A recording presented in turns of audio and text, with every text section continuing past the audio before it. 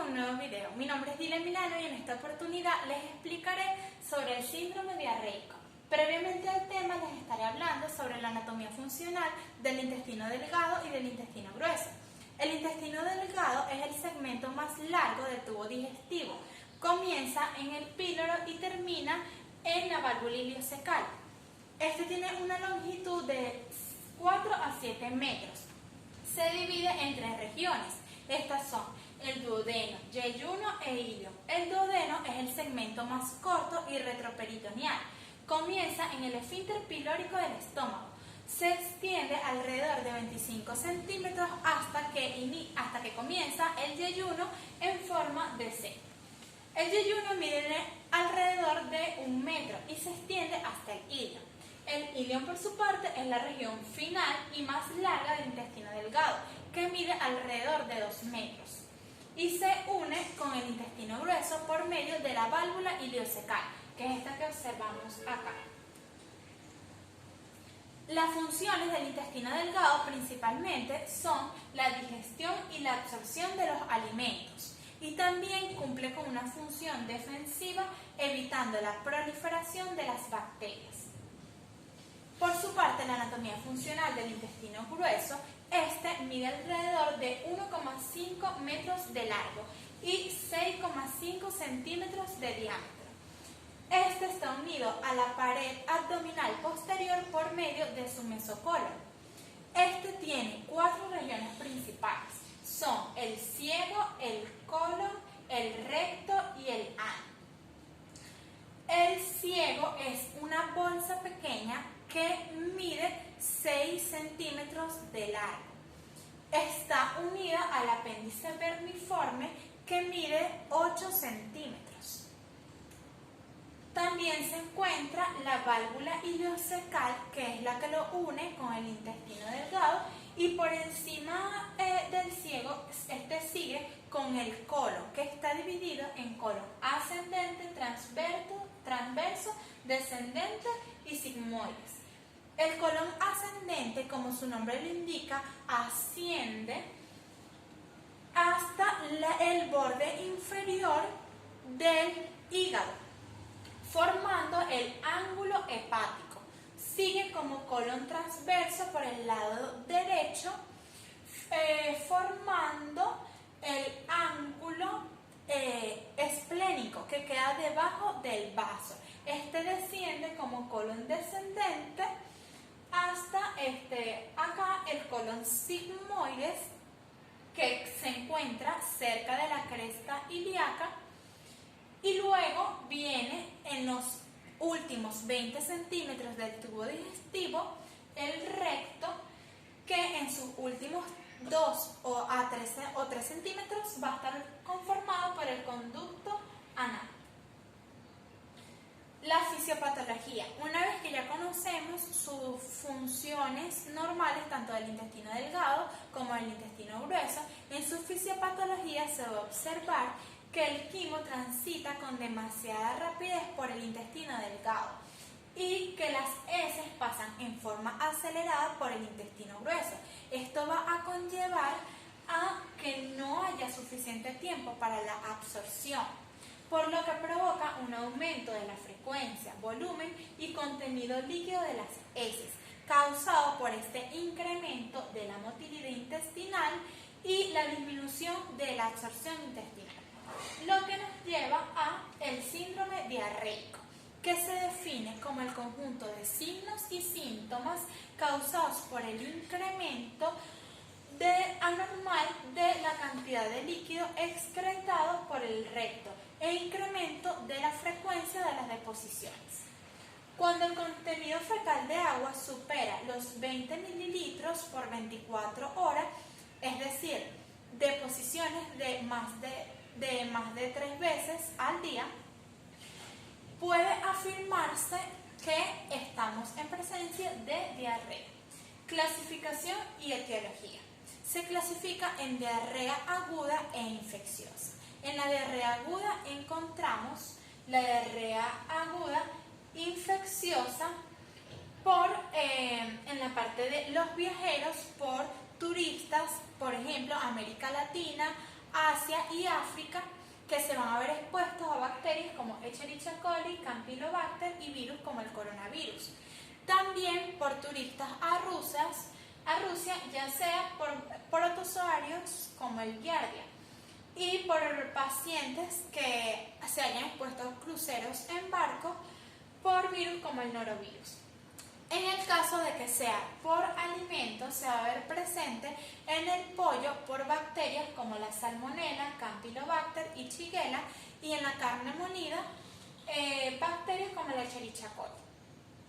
En el caso de pacientes con inmunodeficiencia, se va a estar observando por déficit de inmunoglobulina A, pacientes con SIDA que estén pasando por una infección por Mycobacterium, por virus como adenovirus y por protozoos. En el caso de la diarrea aguda no infecciosa, tenemos que va a ser principalmente por los efectos adversos de medicamentos, tales como los antibióticos, AINES, que son los antiinflamatorios no esteroideos, por antidepresivos, también por laxantes, antiácidos, entre otros. También por productos tóxicos, como en el caso de insecticidas, en el caso de tóxicos ambientales preformados, que va a estar causado por determinados peces o por peces escombrios. En el caso de su clasificación según ser una diarrea crónica, esta se define por el cuadro de más de 4 semanas de duración de la disminución de la consistencia de las heces. Tiene una subdivisión en diarrea crónica acuosa, inflamatoria y con estatorrea. Por su parte, la diarrea crónica acuosa está dividida en la osmótica, que sus causas incluyen la deficiencia de disacaridasas como la lactosa y también la deficiencia de lactosa, que puede ser primaria o secundaria. En el caso de la primaria va a estar frecuente en pacientes de raza negra, asiáticos, y van a ser por lo general adultos jóvenes. En el caso de ser la secundaria va a estar presente principalmente en pacientes que estén atravesando una gastroenteritis viral.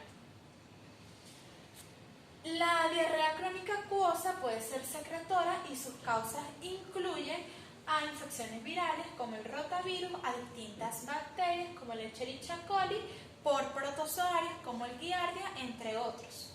Y la diarrea crónica inflamatoria va a estar causada por una enfermedad inflamatoria intestinal, ya sea por colitis ulcerosa, diverticulitis, otras infecciones y enfermedades infecciosas como por bacterias como la Shigella o el Salmonella, o virus como el herpes simple. La diarrea crónica con esteatorrea es debido a la mala absorción de grasas, que puede ocasionar una expulsión de heces diarreicas grasosas, de difícil eliminación y fétidas. En el caso de la clínica de la diarrea aguda, se va a observar diarrea acuosa y va a ser secundaria a una hipersecreción del intestino delgado. Puede ser si se han ingerido toxinas bacterianas por bacterias productoras de enterotoxinas o por patógenos capaces de adherirse al intestino. Si es en el caso de que sean las dos primeras causas, vamos a observar síntomas de fiebre mínima o nula y vómitos. En el caso de que sea por patógenos capaces de adherirse al intestino, el paciente va a presentar síntomas como dolor abdominal, fiebre, en este caso alta, y menos vómitos que en los otros casos. En el caso de que sea por bacterias invasoras y entamoeba histolítica, se observa una diarrea sanguinolenta, es decir, disentería. Y que sea, en el caso de que sea por infecciones como por salmonella, muchas veces se acompaña por distintas artritis y conjuntivitis, entre otros. A veces se observa una diarrea aguda, a menudo acompañada de alteración del estado general, como astenia. Y esto va a estar causado después de ingerir productos tóxicos. Aquí sí ya estamos observando una diarrea aguda no infecciosa. Clínica de la diarrea acuosa. Esta va a ser según su clasificación. Si estamos en presencia de la inflamatoria, el paciente va a presentar síntomas como fiebre y dolor abdominal. Si estamos en presencia de la diarrea osmótica, esta va a presentar mejoría con el ayuno, esteatorrea y pérdida de peso y déficit nutricional. En el caso de que sea secretora, a diferencia de la osmótica, esta va a persistir con el ayuno y el paciente puede presentar deshidratación. En el caso de que sea por alteración de la motilidad, el paciente va a presentar diarrea con estreñimiento o síntomas neurológicos. Ahora bien, el diagnóstico. Acá va a imperar lo que es la anamnesis del paciente y la exploración física. Estos datos de la anamnesis, la exploración y del análisis sistémico de la sangre va a ser para identificar el mecanismo de la diarrea. También para descubrir los vínculos útiles para su diagnóstico y para valorar el estado nutricional y de líquidos y electrolitos del paciente.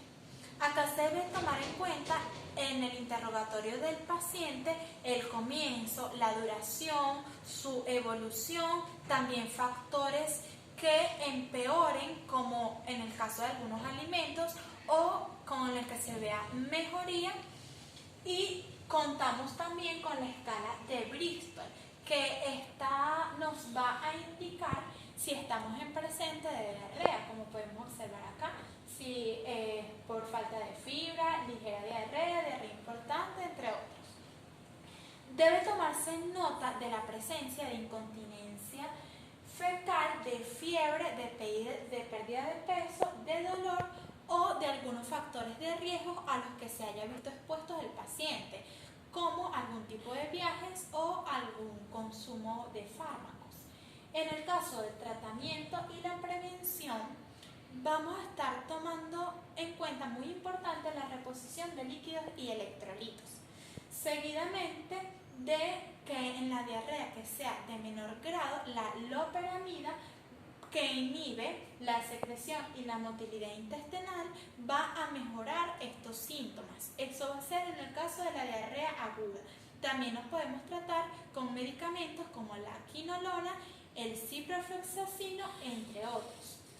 Para su prevención debemos tener en cuenta lavarnos las manos de forma adecuada, lavar muy bien los alimentos y también cocinarlos muy bien, entre otras prevenciones que debemos tomar. Muchas gracias, esto ha sido todo el video. Suscríbanse a nuestro canal. Hasta el próximo video.